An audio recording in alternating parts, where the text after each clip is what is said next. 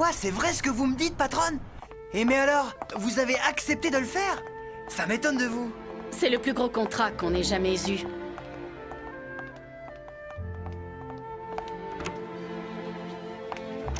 Bonjour à tous, écoutez-moi avec attention. Bien sûr, madame. Qu'est-ce qui vous arrive? Nous avons reçu une extraordinaire proposition, non pas du monde apparent, mais du monde de Nabari. La récompense sera de 7 millions d'euros. Et c'est quoi comme travail? Je suis pressé de commencer. C'est Kato et moi qui allons nous occuper de cette affaire-là. Quoi? Rien que nous deux? Mais c'est pas possible. Pas de panique. J'ai bien l'intention de faire appel à une organisation extérieure. Mais madame, il me semble que Kato n'est pas assez expérimenté. Vous êtes vraiment certaine que je vais réussir à me débrouiller? Mais bien entendu. Mais pourquoi faire appel à cette organisation? Nous avons en interne d'excellents éléments. Désolée, mais pour l'instant, je ne peux rien vous dire de plus. Tu vas nous réserver 2 billets d'avion. Nous allons prendre contact avec les responsables de cette organisation afin de mener à bien notre projet. Quoi? Mais je sais même pas où nous allons. Nous allons au village de Banten.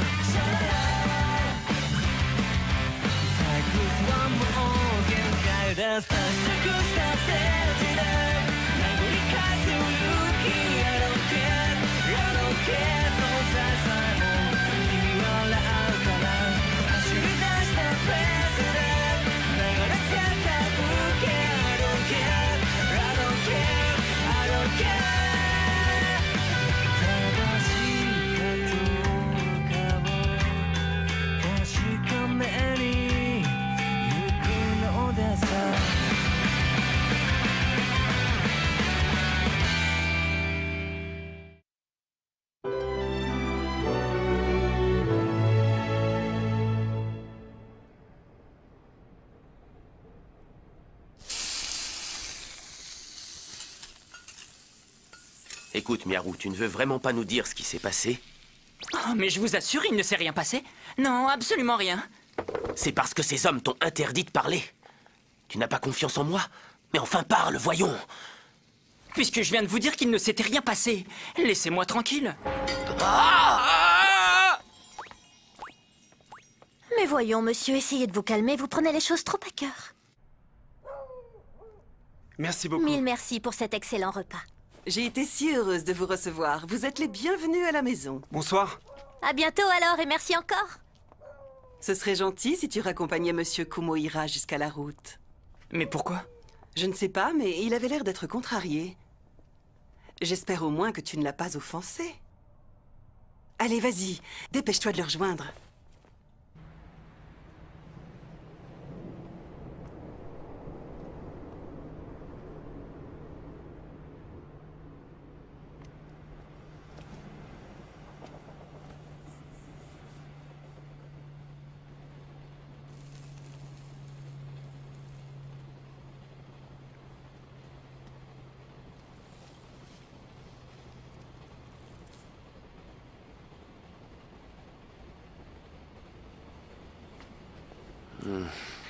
Qu'est-ce qui t'arrive? Tu as envie de me parler finalement?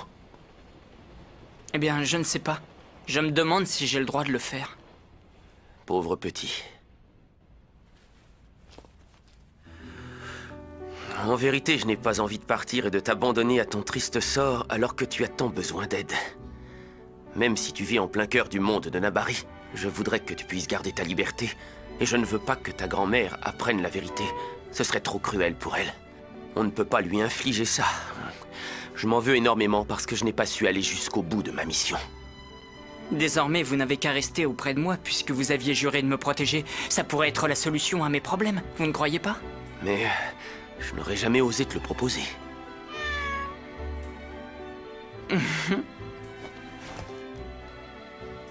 En fait, je voudrais te venir en aide, mais je ne sais pas comment faire.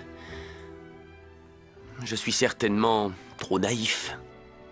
Surtout ne changez rien, restez comme vous êtes. Miyaru, Les loups cendrés ne m'attaqueront plus désormais. Vous verrez, tout ira bien. qu'est-ce qui te fait dire ça, petit? C'est Yohite qui me l'a dit. Ah! Je savais que tu me cachais quelque chose.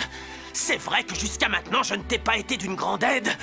Mais je trouve que tu pourrais quand même me faire confiance, je le mérite. Si vous le prenez comme ça, c'est sûr qu'on n'arrivera à rien de toute façon.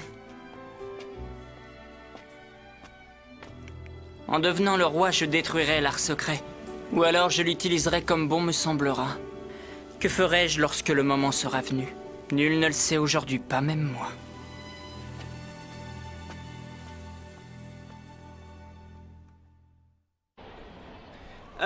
En ce qui concerne les parchemins interdits, on n'est pas plus avancé.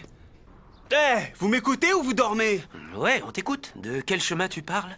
Mais non, il parlait pas de chemin, il parlait de sa chemise, je crois. N'importe quoi, il parlait de cheminée. Arrêtez, ça suffit, je supporte plus d'entendre vos idioties. Y en a marre à la fin. Pauvre Miyaru, quand je pense que tu assumes tout seul tous ces problèmes, ce serait si simple si je pouvais lire dans tes pensées. Absolument, tout serait si simple si on pouvait lire dans les pensées d'autrui. Bonjour, cher monsieur Kumohira et chers amis de Banten. Vous avez compris, je suis comme vous. J'appartiens au monde sacré de l'ombre et des ténèbres. Elle peut lire dans nos pensées? En effet, elle peut lire dans vos pensées. Troublant, n'est-ce pas? Et j'ai l'impression que vous avez tous de bien lourds secrets cachés au fond de vos âmes. L'un d'entre vous feint d'être simple et innocent, alors qu'une autre a le cœur rongé par une haine incommensurable. Miyaru Rokujo, je suis enchantée de faire ta connaissance.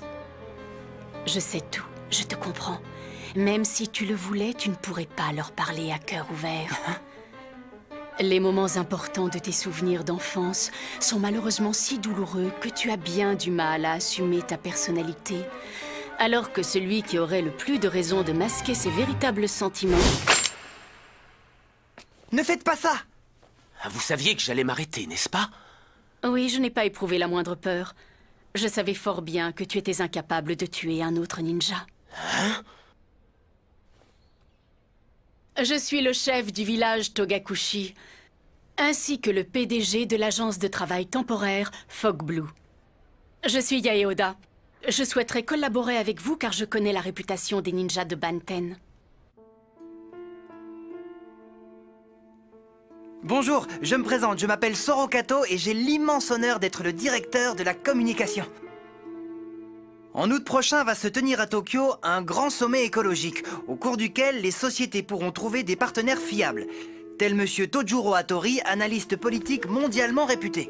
Oui, alors, en quoi ça nous regarde? Du calme, mademoiselle l'impatiente. Je vais tout vous expliquer. Voici Eugène Frosty.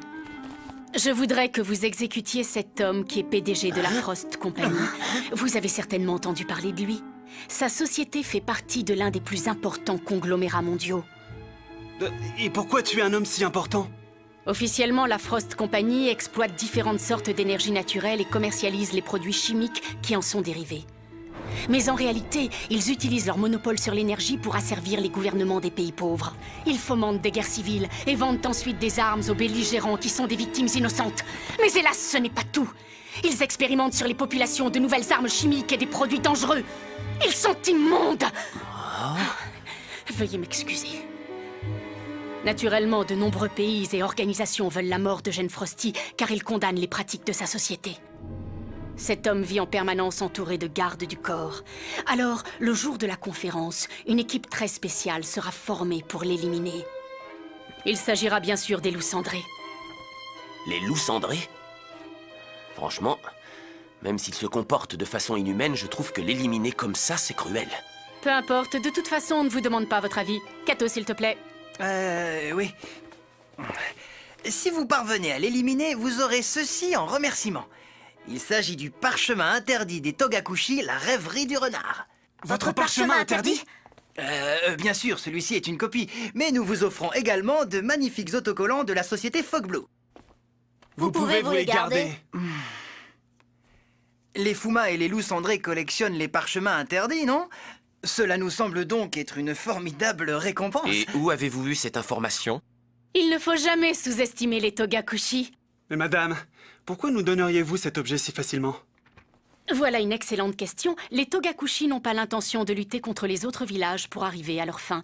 Nous souhaitons coûte que coûte rester en dehors de la lutte pour la conquête du Shinra Bansho. Il est capital que nous évitions tout conflit.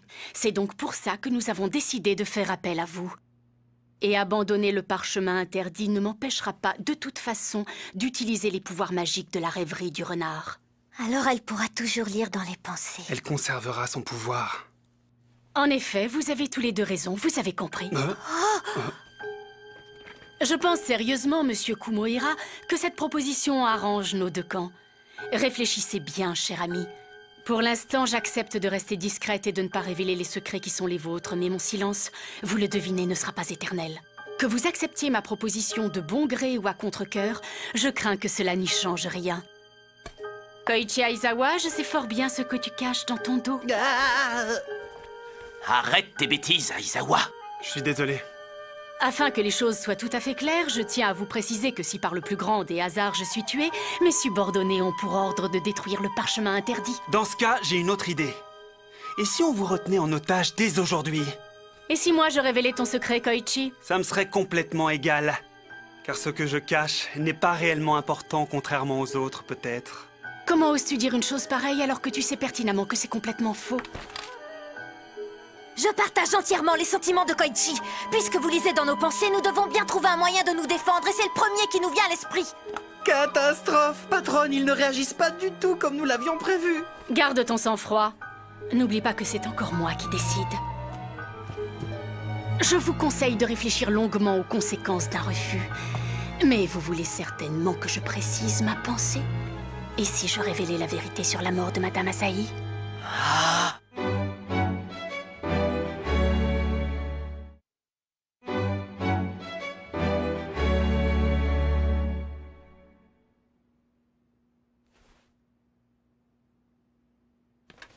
Et toi, qu'en penses-tu?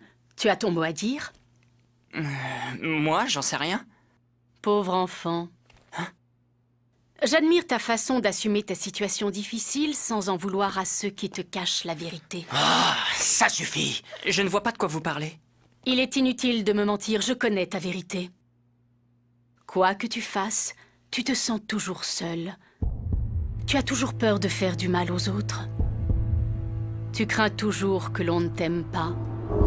Je me demande comment tu en es arrivé là.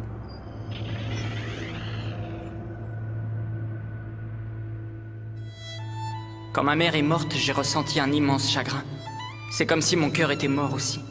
Je n'avais plus envie de vivre sans elle. Alors désormais, tu ne veux plus t'attacher à qui que ce soit, n'est-ce pas? Oui, peut-être. Je ne veux plus aimer. Je veux devenir indifférent à tout ce qui m'entoure. Tu devrais faire appel au Shinra Bansho pour t'aider. Grâce à sa puissance, tu retrouverais tes souvenirs et ta vie en serait embellie. Mais vous allez le laisser tranquille! Au fond de toi, un être que la vie n'a pas épargné s'écrie « Je veux qu'on m'aime ». Hein? C'est n'importe quoi.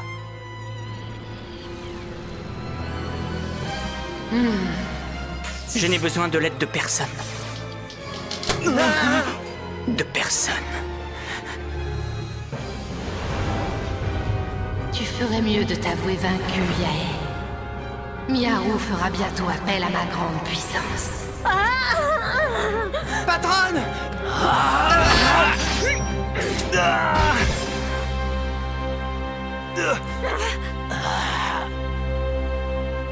C'est bon, j'ai compris. Compris quoi? J'accepte la proposition. Alors serrons-nous la main pour sceller notre accord.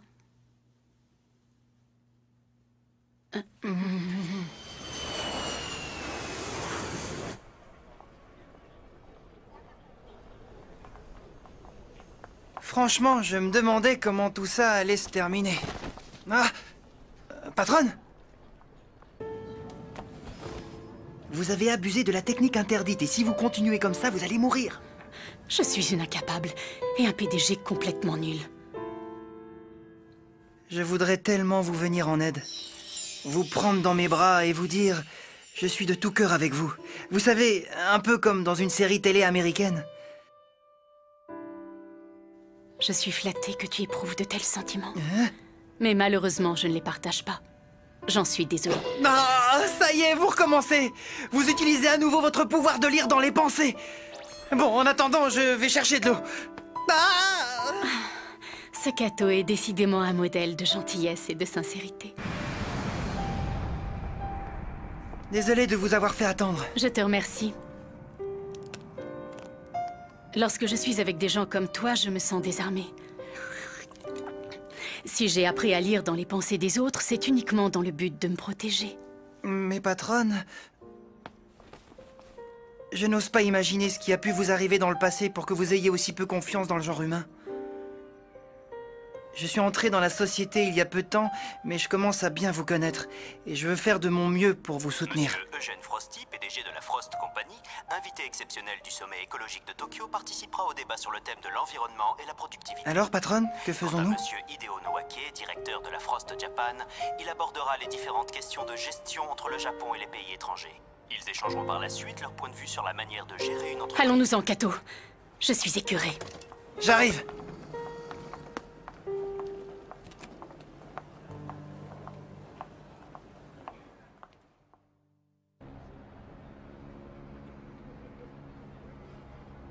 C'est formidable! En plus des conférences, il y a différents ateliers. Et j'ai vu qu'il y avait même une exposition. Arrête, Koichi! Tu nous saoules! Oh. Il fait déjà une chaleur à crever, et en plus, on est venu jusqu'ici à pied, alors je t'en supplie, arrête de parler pour rien. T'es vraiment qu'un gros naze. Oh, mais j'en ai marre! De toute façon, il n'y a jamais rien qui vous intéresse! Oh, excusez-moi. Bonjour, Saraba. Qu'est-ce qui se passe? Hein?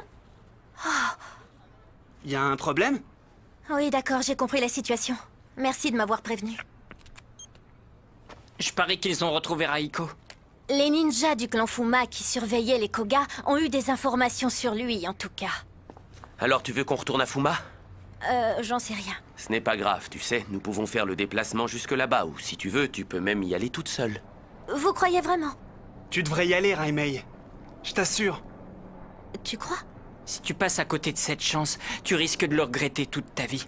Tu dois y aller, Raimei. Écoute ton cœur et il te guidera. Sache que ton bonheur fera toujours le mien, quoi qu'il arrive. Oh, je t'adore, Miaru, t'es mon meilleur ami. Il est possible que ton départ me cause un immense chagrin, mais je saurai prendre sur moi. Je saurai être courageux.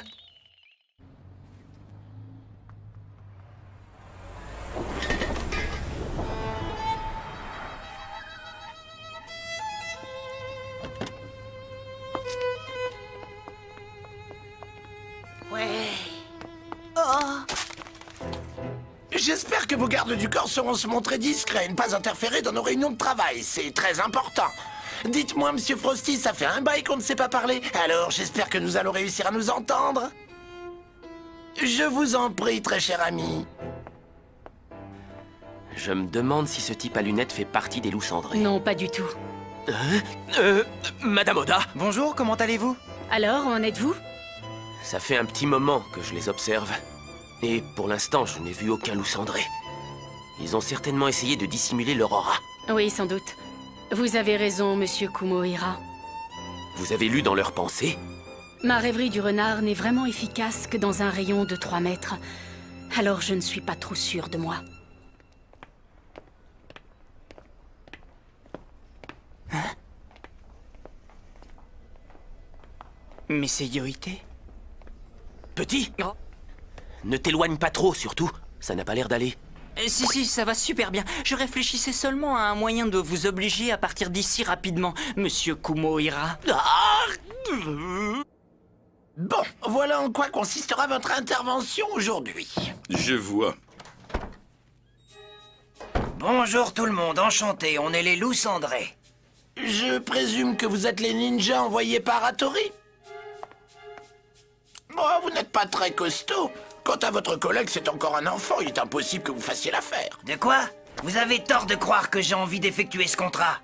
Si vous faites le difficile,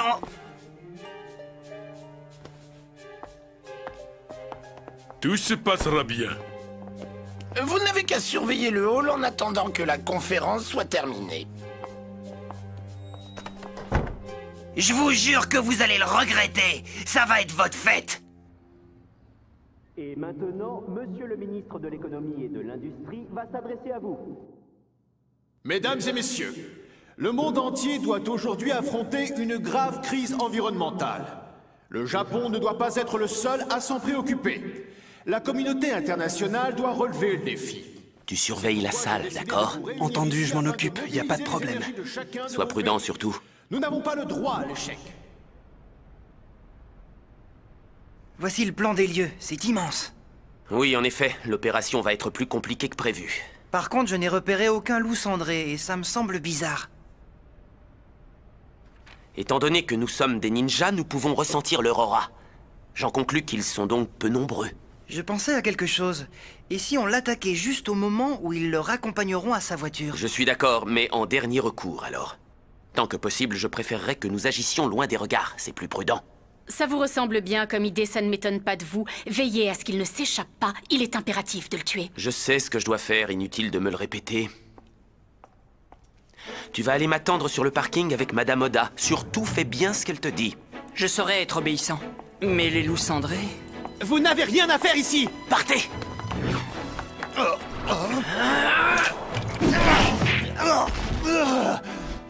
J'aurai plus de chances de réussir ma mission si j'effectue le travail seul. Je ne dois compter que sur moi.